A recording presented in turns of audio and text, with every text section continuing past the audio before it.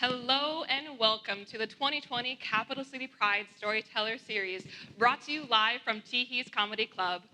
My name is Kayana Krivalevi, and I work with Capital City Pride on the Community, Diversity, and Education Committee, and will be your host this evening. We have a really special event planned for you all tonight, something that is just very near and dear to my heart, storytelling. At the heart of human connection, we find stories that inspire us. We've asked people to come here this evening to share stories of overcoming adversity, all local individuals who are sharing stories. Some are touching, some funny, and some just speaking right from the heart. All community members who are here in Des Moines, creating families, creating lives, and creating a culture of care. We've asked them to share these stories this evening because we hope to inspire connection, understanding that we are all better together. Before I introduce our first speaker, I'm going to have the Capital City Pride President, Jen, come and give a special message. Thank you for joining us this evening. My name is Jen Crothers. I am the president of Capital City Pride, and I have to say, as a 100% volunteer working board, we cannot do what we do, things like these events, programs, Pride Fest, throughout the year without the amazing support and sponsorship of those in the community. I have to give a big shout out to Federal Home Loan Bank of Des Moines and Athene. Federal Home Loan Bank of Des Moines' commitment to diversity and inclusion is present in their daily interactions with their employees, leaders, and community partners as they serve to strengthen the organization. They know that diversity, equity, and inclusion are topics that need to be discussed in an open, respectful forum. At Federal Home Loan Bank in Des Moines, they're not afraid to take part in real conversations because they foster a work environment that values the connections and relationships they have with each other every day. They encourage their employees to share their stories because their voices, perspectives, and journeys have power. Their engagement in Pride Storytellers event serves as one way they can show support for the LGBTQ community. Their story serves as an important aspect of who we are as a community, and it needs to be shared.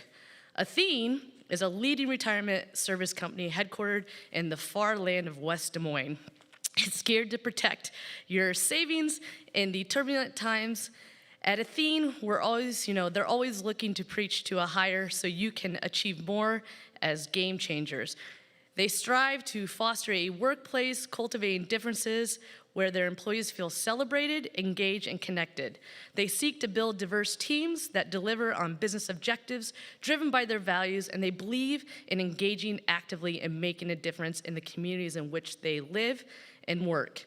It's with that spirit that Athene and their LGBTQ plus employee resource group are proud to co-sponsor the Pride Storytellers event again this year. I also want to give a special shout out. As you can see behind me, we have Teehee's signature logo. We couldn't do this without the amazing support of Sid and Pete, so thank you for donating your space and enjoy the evening.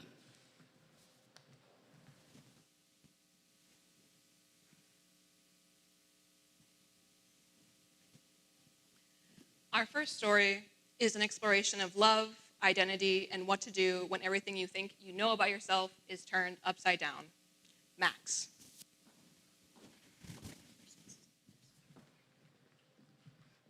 Hey y'all, I'm Max. So I want to know, how many of y'all have ever heard of the hero's journey?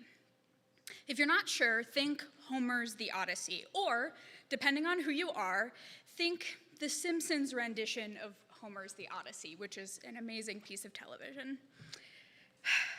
Depending on who you ask, there are three main parts of a hero's journey. There's the initiation, the departure, and the return. Pretty simple, right? But actually, there are a lot of other little parts in between. So there's the call to action, the refusal of the call, a helper, a mentor, the road of trials, the abyss, and the master of two worlds. But I'm gonna get to each one of those little parts in a second. This is my hero's journey. So, picture me 7 years and 2 months ago, August of 2013. I was a junior at the University of Illinois at Champaign-Urbana, studying music. And at the time, I had no idea that I was a part of the trans community, so my name and my gender presentation were totally different than they are now, although, to be honest, I have leveled up. And You know, I want to say this in the most clear way possible. I was extremely gay. The biggest lesbian you ever met. Girl kissing, Tegan and Sarah loving, Doc Martin wearing gay. I was a leader on campus, organizing several of the LGBTQ groups, and I was lovingly referred to as the head dyke in charge. You see, when I came out as a lesbian in high school, it saved my life, even though it was tumultuous. The second that I realized I liked girls, I busted through the door of heterosexuality into the land of queerness, not looking back once. Being a lesbian was everything to me. It was my primary identity. It was so important to me. So, back to August 2013, I walked into the lobby of my residence hall, Allen Hall, where I was a resident advisor. And I walk in and notice to my left the newest ground floor RA, Austin. This was my initiation. I had interacted with Austin quite a bit before. He was actually part of the dorm's LGBTQ group, which, for the record, I did organize. And he mainly kept to himself, and I really didn't think about it very much when he told me that he'd been hired as an RA, except that he was kind of quiet, and I was a little bit surprised. However, on that hot August day in that unair-conditioned lobby of Allen Hall, he definitely had my attention. This was my call to adventure. But the thing about the call to adventure is there's often the refusal of the call, right? The hero doesn't want to go on the journey. And that was me. I didn't want to go on that journey. And that was because I believed so firmly that I was a lesbian. Being bisexual just wasn't on my radar. So I hid my feelings, and I neglected to listen to the butterflies in my stomach for the rest of the afternoon into the coming weeks when, much to my dismay, I was tasked at acclimating Austin to becoming a new RA. Every time I spent time with him, I panicked, I freaked out, and my anxiety was through the roof. But I hid my feelings. Until, of course, a helper came along, and that helper happened to be my best friend and fellow RA, Anthony. I sat Anthony down and I told him how I felt on the verge of tears or vomit, whichever came first. And he just looked at me and paused, and he said, "Just go for it. Just go for it." That simple. Anthony made all of my anxiety feel absolutely ridiculous. So I took his advice. I just went for it. But turns out, folks, I am not that good at going for it, at least not where Austin was concerned. What can I say? Dating or trying to date a cisgender man was squarely outside of my wheelhouse, and I was not prepared for the hurdles of bisexuality. Here enters the road of trials. So, I wanted to get to know Austin as much as I possibly could. I started chatting with him, eating meals with him, planning programming with him at my residence hall. I just infiltrated his entire life. Y'all, I was so freaking annoying. I wanted to get to know him so much that I did the unimaginable, the unthinkable. I asked him to watch a movie with me. Now, the thing you gotta know about Austin is that he loves movies. He can't get enough of them. But the thing you have to know about me is that I hate movies. I cannot stand them. But at the opportunity, at a little bit of extra time with Austin, I was ready to brave the cinematic storm. So we set up a movie night. I was so excited. It was just gonna be the two of us talking, chatting, watching, being very cool and very casual and not dorky or flustered at all for sure. So I walk in that night and I see a movie, I see Austin, and I see several of our coworkers and residents also waiting to watch the movie. That's right, Austin decided to invite a bunch of other people. No one-on-one time, at least not that he was interested in. I felt so rejected, but I kept trying. And every time I tried to spend time with him alone, he invited other people. I felt rejected and dejected and frustrated. Like, I realized I wasn't a lesbian for this, but I was determined. I decided to take another tactic. So, after the end of another friend-filled movie night, I cleaned up and took things back to Austin's dorm room. We had a little bit of one-on-one time, and I said, I so enjoy spending time with you. You're so great. I think we get along really well. What if we, dated? Now, adrenaline rushed through my body. My queer little heart was pounding. It felt like my relationship prospects and my queer identities were standing on the edge of a cliff, looking down into the abyss. And you know what he did? He laughed at me. Now, I can't remember much of the rest of the conversation, or really the rest of that night, because, perilous heartbreak. But I do remember thinking that it didn't seem so much like Austin was laughing at dating me, the person, but rather it seemed like he was laughing at dating me, the idea. Again, big old gay. The idea of me dating a cisgender man was hilarious, right? Right? I'm sure he thought I was joking and was reacting in tandem. But I felt so upset, and I decided to give up. I had entered the abyss. So the next week, I hosted a guest in residence at my residence hall, which was so exciting because this guest in residence was Kate Bornstein, who is an icon and an activist and somebody that meant so much to me as a queer young person. Now, if you haven't heard of Kate before, you need to Google her immediately, but by immediately I mean in an hour, because this story is about to get really good. So, in her course of her time at Allen Hall with us, Kate and I spent so much time chatting and talking together, and she shared so much wisdom with me and really paved the foundation for a really important part of my life later on, which is a different story, which is when I came out as transgender 5 years later. Regardless, on her last night at Allen Hall, I did what I'd been waiting all week to do.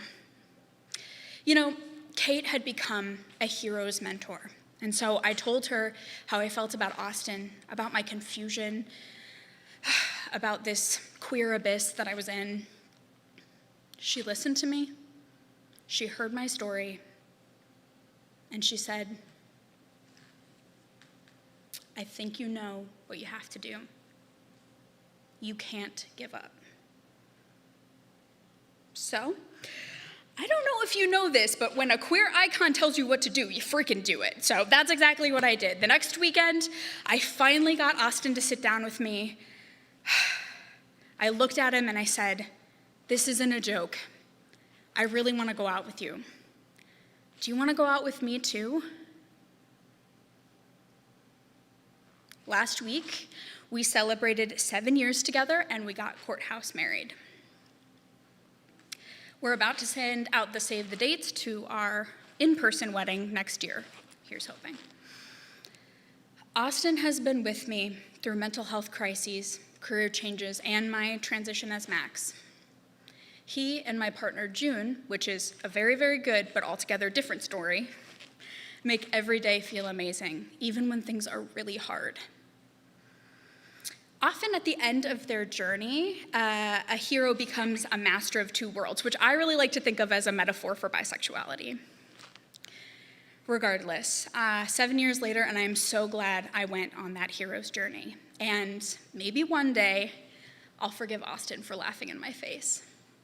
Thank you.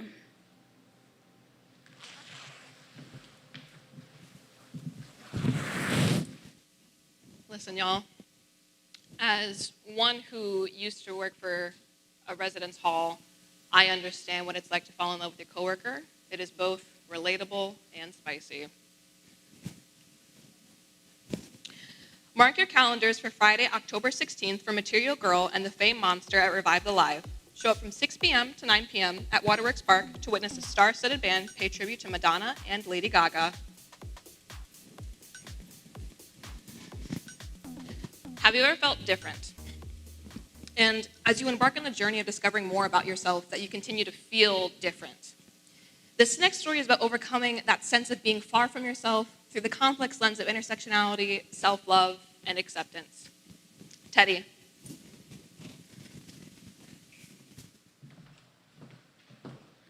Hello. For me, for the longest time in my life, I always felt that being different was a negative.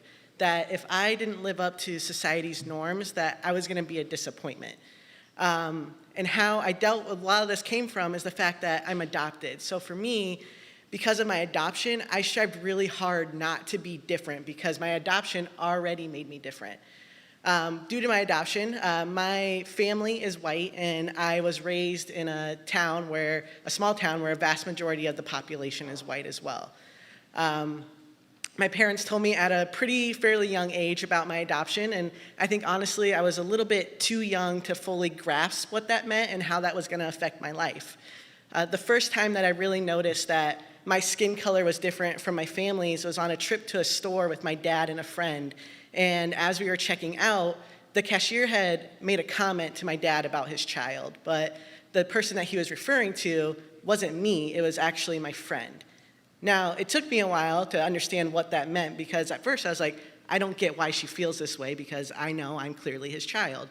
But as I started looking on it, it was because I didn't match him. I wasn't the same skin color as him, so I couldn't be a part of his family. And that was the first time my skin color played a difference for me. As I got older, I would hear things from people saying, oh, you talk white, or you don't act black, or even the first time that someone called me the N-word. When these things would happen, I never really knew how to talk to my parents about it because I didn't feel that they could understand what I was going through. That as a family where my whole family was white and I was the only black person, how was anyone relating to these experiences that I was having? So all these things that really frustrated me, I kept in and I didn't talk to anyone about it.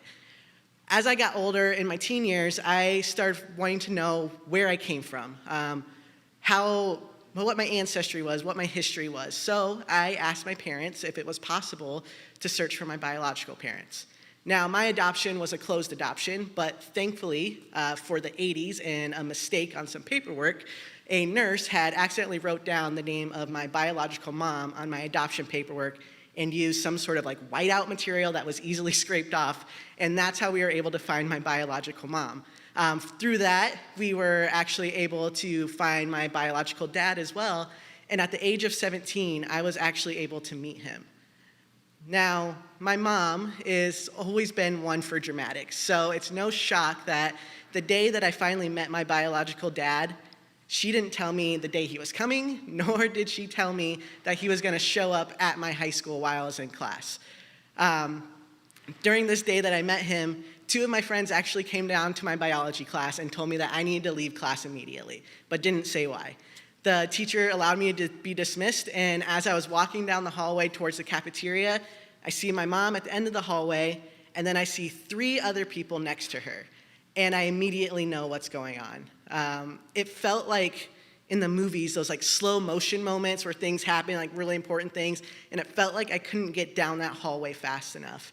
And when I finally get to him, I just stare at him and I see this man who looks exactly like me, like my legit twin, and I immediately just start bawling. I can't control my emotions at this point because I'm meeting my biological dad, and we hug forever. It seemed like we were hugging for like 15 minutes, never letting each other go.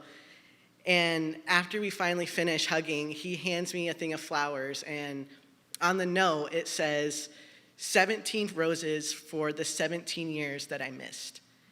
And ever since then, we have always been in each other's lives, and it's changed my life completely. I don't think ever I can repay my parents for what they did. They didn't have to make that choice to search for my biological parents, but they loved me so much that they wanted to make that possible for me.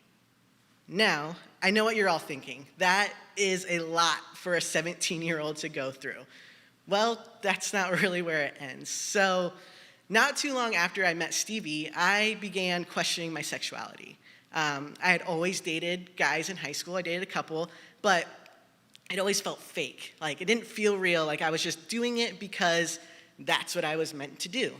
But then I met her, my very first girlfriend, and that changed everything. We played on a soccer team together, and we started off as friends, and then the relationship just kept building, and I had my very first girlfriend. And everything was great. I felt loved by a relationship. I didn't feel like I was faking it. I was so happy that everything else that was going on in the world didn't even matter.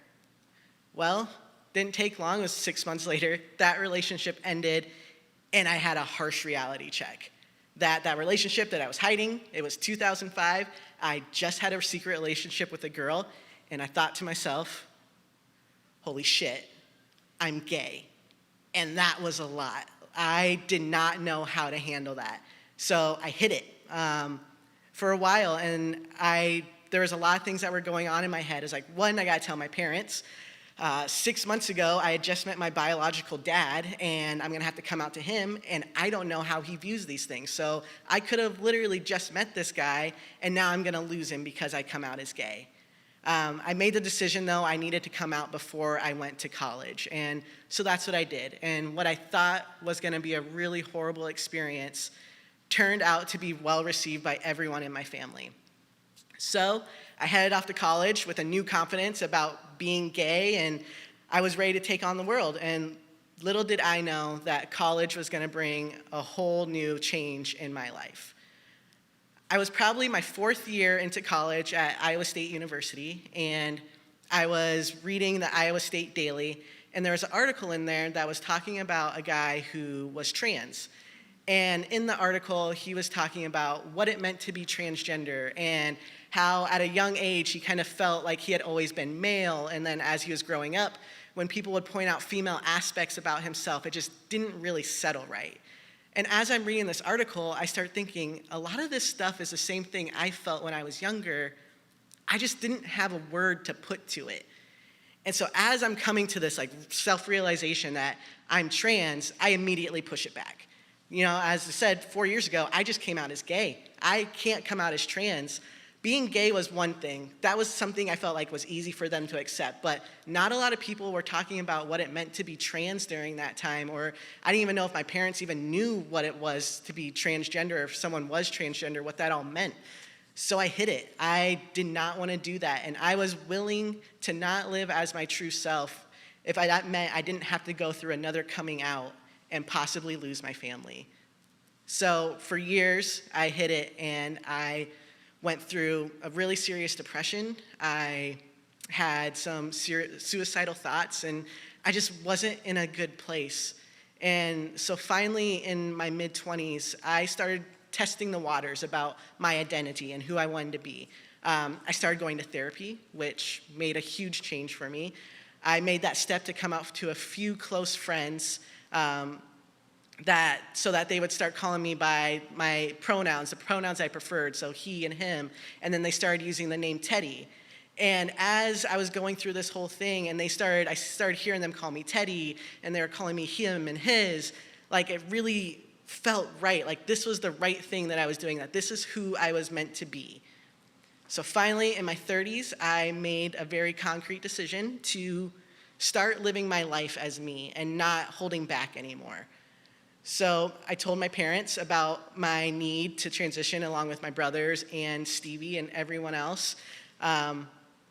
And what I thought, again, was gonna be another horrible experience was well received by my family. Did they have a lot of questions? Yeah, they did, because they didn't know what that was. And there was some confusion because they weren't really sure, again, what it meant to be transgender. But the biggest thing that came out of that was the amount of love and acceptance that my family showed for me, that they didn't leave me, that all they wanted was for me to just be happy and be happy with who I am. So on January 14th of 2020, I officially started hormone replacement therapy and am now living my life as who I am, as Teddy. For that vast majority of my life, I always thought that being different was such a bad thing. But now that I look back, being different is what made me me. This is who I am. I'm adopted, I'm trans, I'm Black, I'm queer, and I am finally living my life for who I am, and I'm happy with it. Thank you.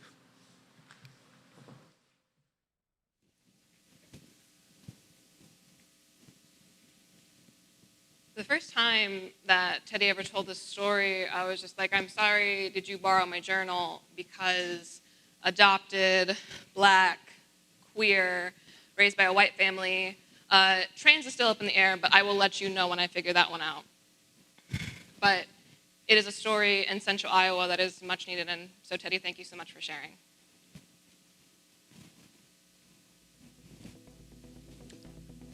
In order to commemorate National Coming Out Day, sign up for the first ever nationwide LGBTQ virtual 5K and 10K. Whether you run, walk, dance, or strut, you can show your support at your own pace between September 15th and October 31st. Register now at our website, capitalcitypride.org. Our next story is about overcoming obstacles and thriving.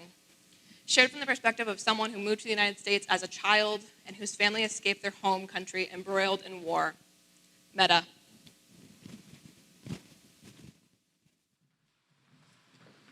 Hello, everyone. Well, my name is Meta, and this is my story. I was born a long time ago on May 26th in a little town called Sanski Most, Bosnia. It was a town of 17,000 people. My family was just middle-class, hardworking, mom and dad, sister, grandparents, aunts, uncles. If you've ever seen that movie, My Big Fat Greek Wedding, that's kind of my family. I loved music. I played the accordion, and my dream growing up was to play in the National Orchestra. My family built a new home back in 1992, and on May 26th of 92, all the happy memories kind of came to an end.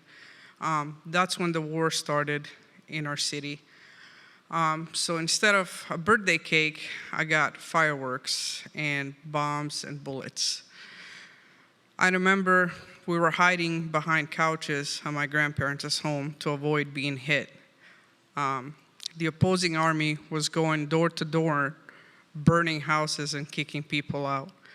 So during this chaos, I remember my mom going back into the house to grab some photos and some bottles for my sister.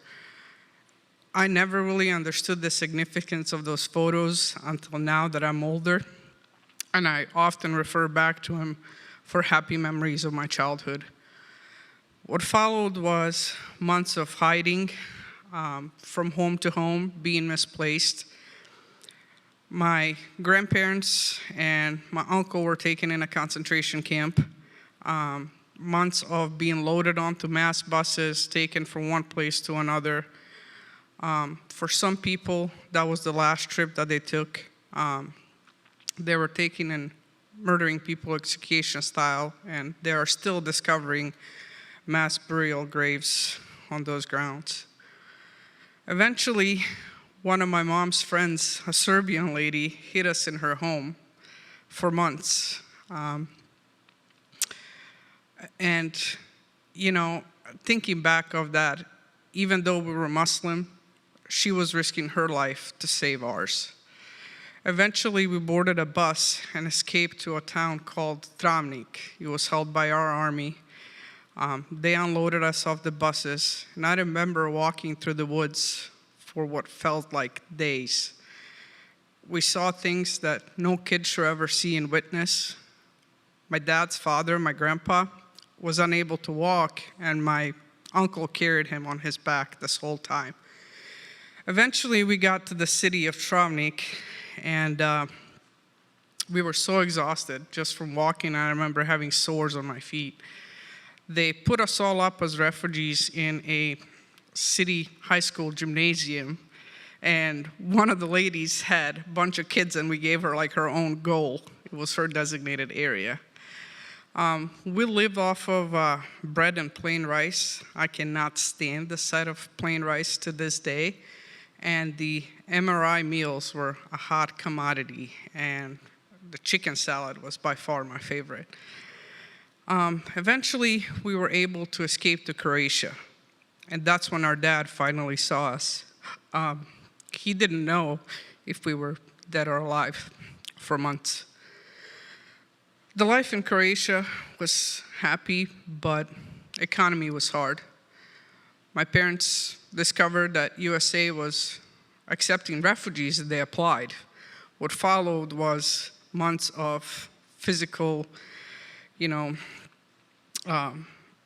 testing and psychological testing, classes on American culture, English language, and so forth. Eventually, we got the notice that we were accepted to move. And my parents, my mom was 36 at a time with 2 kids. I was 16, decided to make the flight across the globe to give their kids a better life. We landed in Chicago, and my parents had $40 in their pocket, and we had clothes. Anytime life gets hard, I remember what they went through, and I just kind of tell myself to be quiet. World Relief Agency set us up with a little 600 square foot apartment with secondhand items like couches and beds. My sister and I shared a bedroom, and my parents slept in the living room. My dad worked the night shift at a hotel cleaning their kitchen, and I always remember he had sores on his hands. They signed us up for school, and my first day, I graduated in high school of a class of 800 people. So my first day in high school, I sat in the hall, looked at my schedule, and just cried. I had no idea where to go. I didn't speak the language, and I was just so overwhelmed. Thankfully, we moved in April, so the school year was very short-lived. That summer, I took English classes at Truman College and went back to school, signed up, and played soccer. My little sister went to school, and life was good. Even though we were dirt poor, Chicago memories were some of my favorite. And I think it's because we were finally free. We felt safe, and we felt a sense of belonging because there were other members of the Bosnian community going through the same hardship. Eventually, my parents came and visited Des Moines and decided to move. Next thing I know, we were here. And we lived, if you know where Oakview Terrace is, apartments over in Hickman and 31st. So I went from Albany Park, Chicago, to Oakview Terrace of Des Moines, and I was raised in a small city of 17,000 people. So needless to say, it was a little bit of an adjustment. And all those culture classes that they teach you in America, yeah, it's nothing like that when you actually get here. So, so at that time, being in Des Moines, I was 20. And I remember my cousin was like, hey, let me show you downtown and what the city has to offer. So we got in the car, she drove me around what felt forever. And I'm like, are we there yet? She's like, we drove through it. I was like, what do you mean? I completely missed all this back in 2000. So I got a job, worked, my sister went to school, my parents got jobs. Eventually, we were living the big life and moved to the apartments in Clive, Iowa. A couple years down the road, my parents somehow came up with enough money to buy their first home. It was a tiny little 2-bedroom, 1,200 square foot townhouse in West Des Moines. Mind you, they still live there. And my defining moment of knowing Des Moines is my home is when we got a dog. And I'm like, this finally feels like life. This is our life now. This is my home. And I accepted it. Because remember, back on my birthday, on May 12th of 1992, I had a dog. I only had him for a year. I have no idea whatever happened to my dog. And having Gizmo in my life kind of almost like sealed that new life for me. So my 20s went on, and there was another hardship that I faced. It was my first time dealing with whether I'm gay or not. See, being Bosnian, talking about LGBT community, it's not something that's, wildly popular, if you will. It's a predominantly Muslim country. We don't have gay pride. We don't talk about it. All that has changed now for the better. But back in the 2000s, it was unheard of. I was struggling because I didn't want to bring shame to my parents. I didn't even know if I was ashamed of myself, because everything that they've been through to give us a better life, their kid was gonna disappoint it by saying, hey, I'm gay. And I think all they knew about gay community is the things that they saw or heard that were a complete misrepresentation.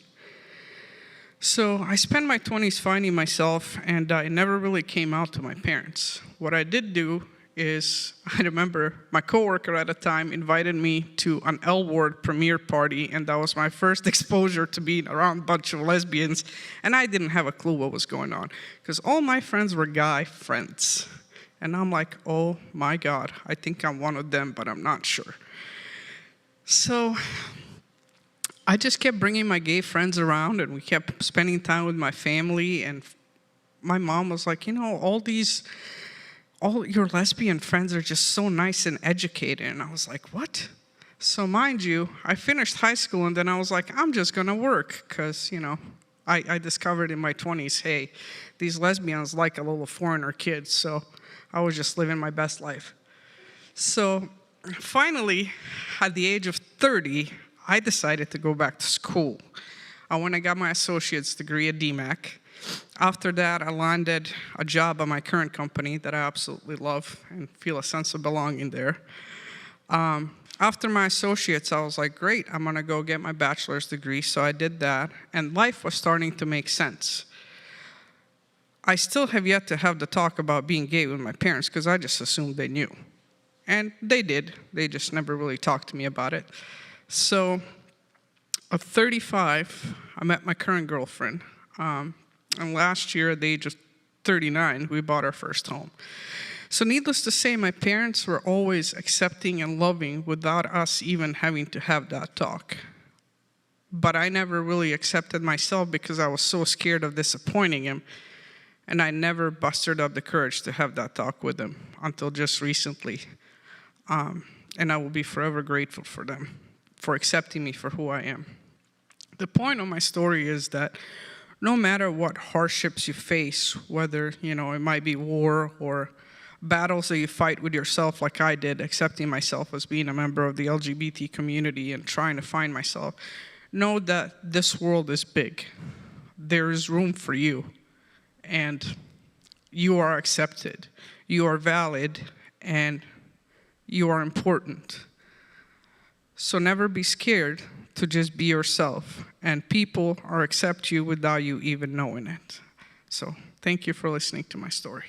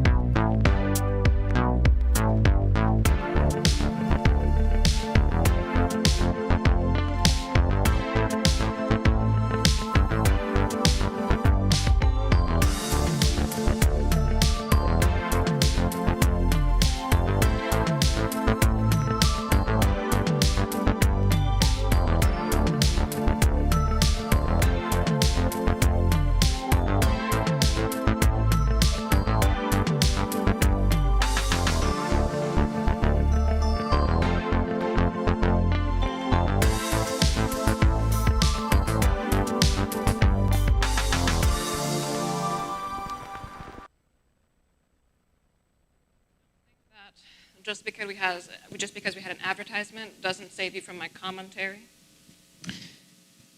As Brene Brown says, everyone has a story of struggle and pain. And if we really listen, everyone also has a story of heartbreak. And so thank you so much, Meta, for sharing that sobering reality with us. And I deeply appreciate your voice in this moment tonight. Our next speaker is a journey through pride and self-acceptance and how this speaker used those to be of service to others. Jordan.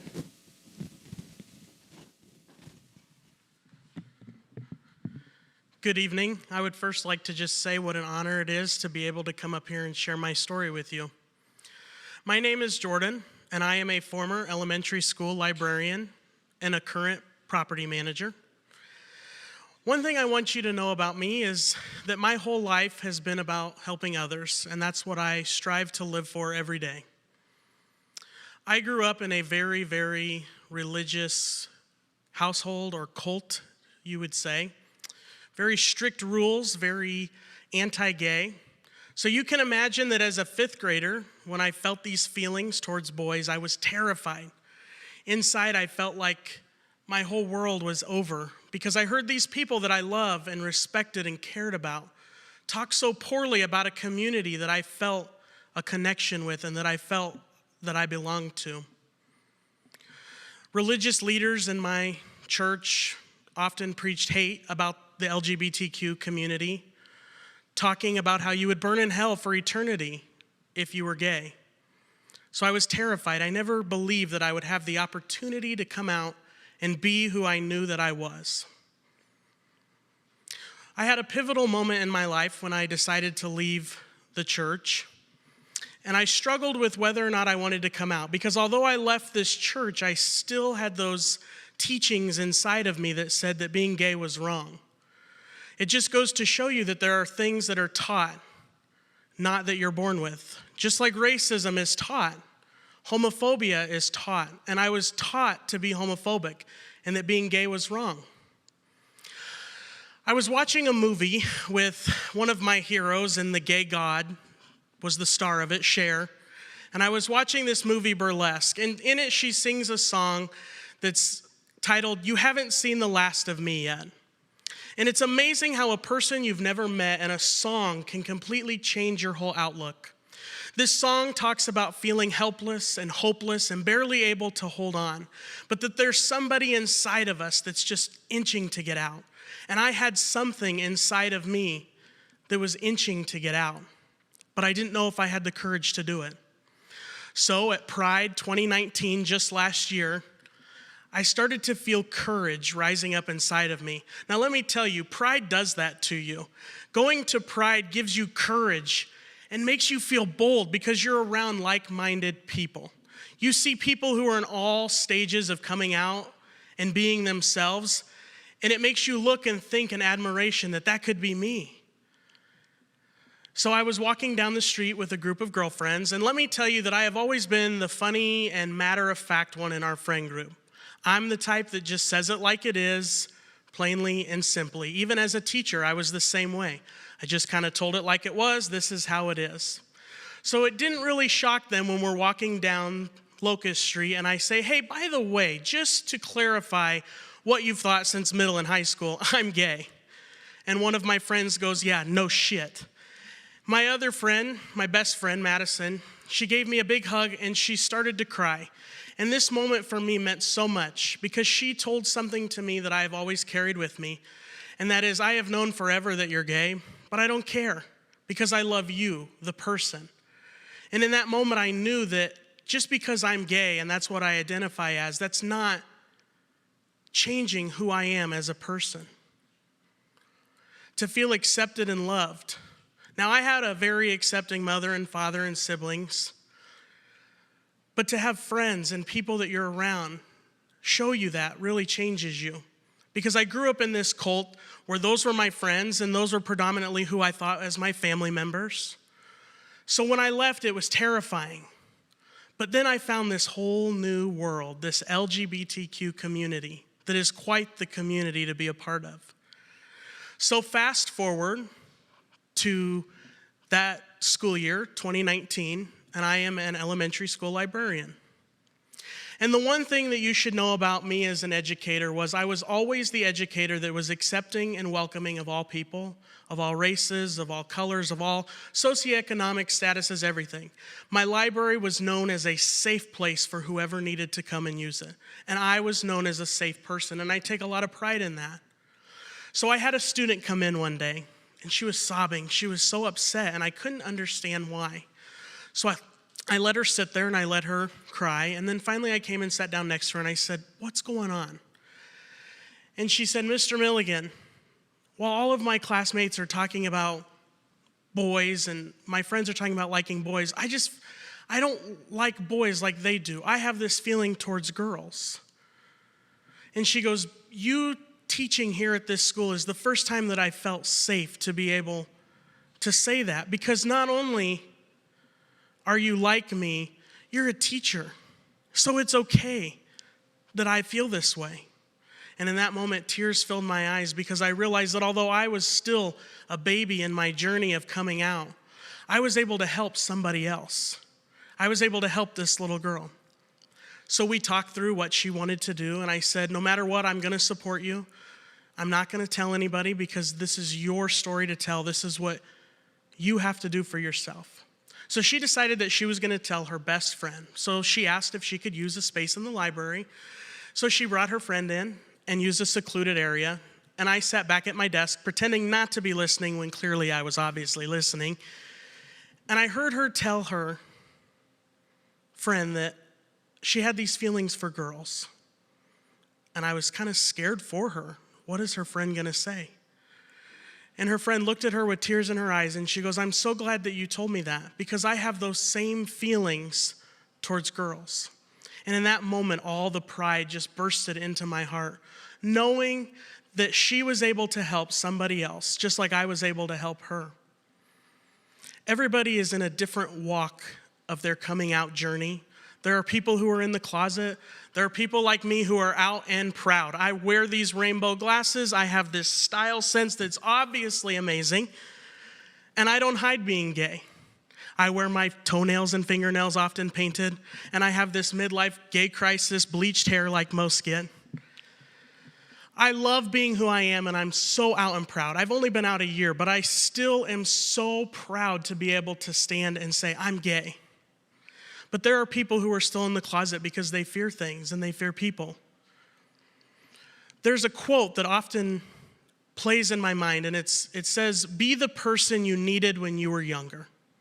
And that is not just a quote to me. That is my life mission, is to be the person that I needed when I was younger.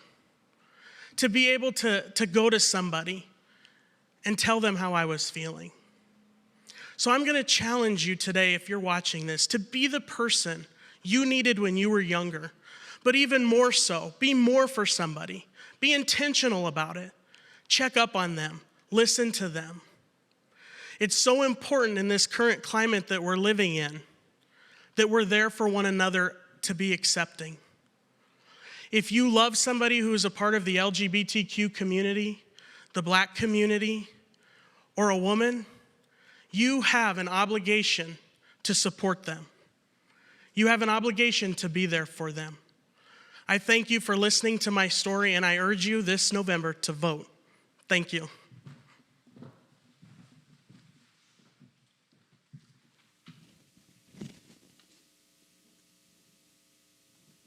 Y'all, my heart is just so full. I think about the time that I was going through my education and how it would have been so important to me to have an educator like that. This year has been a minefield for navigating and planning for the future. Our volunteer board is creating programming that is socially conscious and accessible to all. But present health circumstances make it difficult to plan for everything. If you've enjoyed some of our free year-round events, or if you've enjoyed this event tonight, please consider donating through A Community Thrives for Capital City Pride Des Moines, where your donation could help us secure much-needed funding. All we're asking for today is $5. Consider skipping that morning coffee run, or eating at home instead of takeout, and donating those funds to help us reach our goal. Our passion is to provide events that are both educating and community-focused, and your donation will help us continue to provide these robust year-round events. Before I introduce our last speaker, I wanted to take this moment to thank our wonderful coaches who have helped our 5 speakers bring their stories into full this evening. Nothing could have happened without their expertise and polish to help these stories to come into fruition, and I am just so deeply thankful that they are with us along this whole journey. Our final story of the evening is an exploration of a childhood derailed in the long journey to getting back on track. D.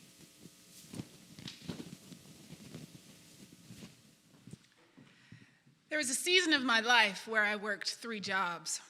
So on the one day off that I had, I stayed in my pajamas all day and I got lost down the social media rabbit hole, like you do when you have a day off. On my social media feed, there was a police officer, and he was telling the public how there was thousands of untested rape kits in their office. Now, my relationship with the police was never great. When I was a teenager, the first person I ever saw die was killed in front of me by a police officer. When I was in college, I was raped. And the police officers were the ones who asked me, do I really want to press charges and ruin these boys' reputations for my experience? So when I was falling down the social media rabbit hole and I saw the police officer who said, we have thousands of untested rape kits, I was not surprised. My negative self-talk said, of course they have untested rape kits. They don't care. So I took a nap, because it was a day off, like you do.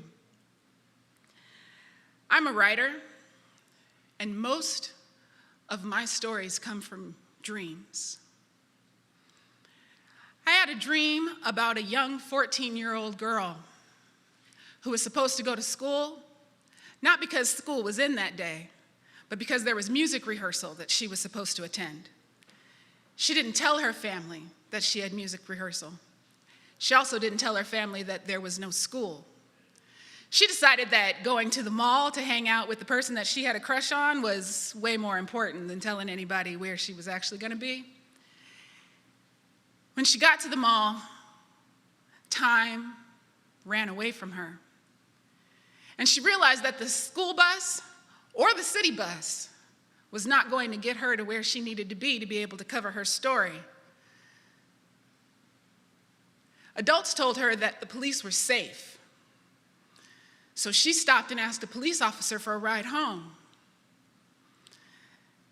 That police officer was about to get off duty, and he had no problem taking that little girl home. He dropped that little girl home after raping her in the backseat of his car. She got home, and she was broken, and she couldn't tell anybody what happened. She was afraid of getting in trouble. I woke up from that dream, and my body started to have weird reactions. I was not a young person when I woke up, so I immediately thought I was having a heart attack. My body started shaking. My stomach clenched. I was sweating. I decided that I should go to the emergency room because you don't have insurance. That's what you do. I get to the emergency room, and they tell me that, you should probably just lose a few pounds because there's nothing wrong with you.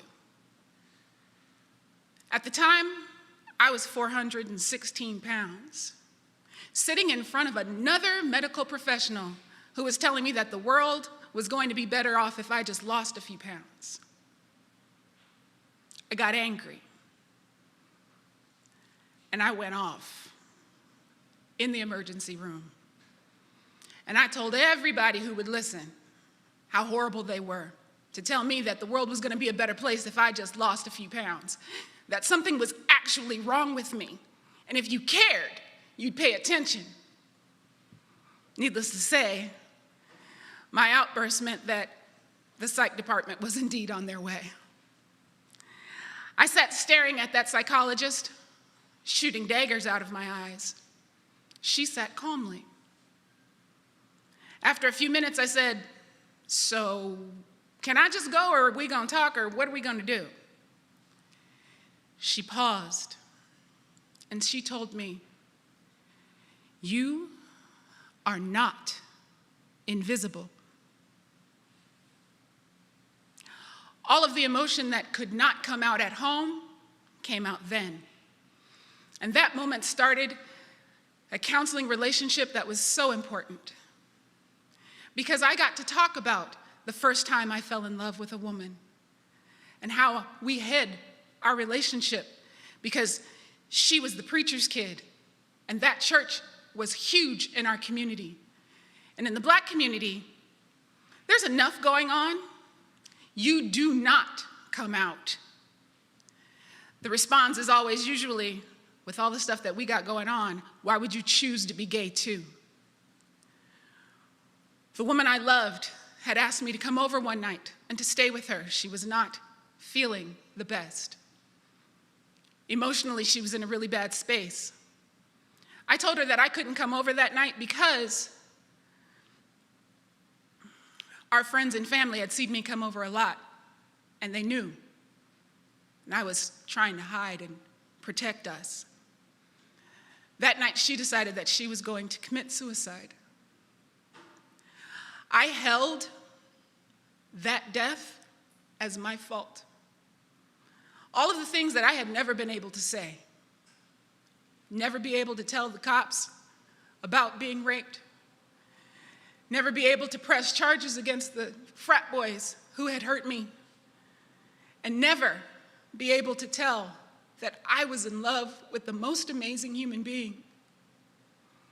I ate my way to 416 pounds.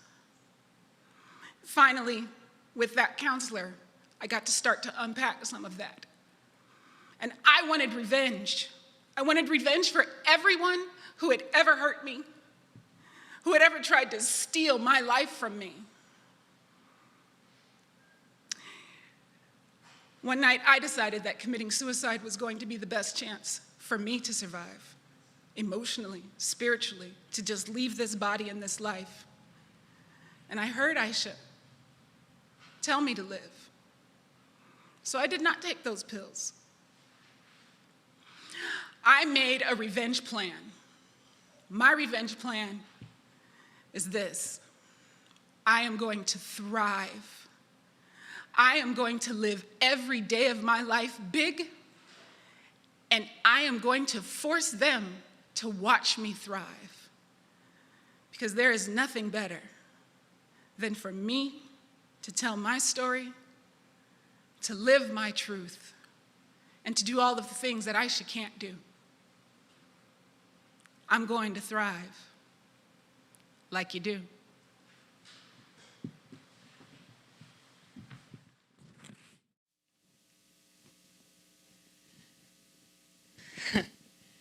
As I said, 2020 has been a minefield of a year, and I've been really fortunate to come into contact with queer women of color, and I just want to let you all know that there is something very healing about being in the presence and hearing the experiences of a queer woman of color, so I hope that we all take a moment to just cherish them. Thank you all for joining us this evening. I deeply appreciate you all being here with us tonight. Be on the lookout for our next Storytellers event, which will be our holiday series. Check out our Facebook and our socials, and you will see all that information very soon. One last special message from our president, Jen.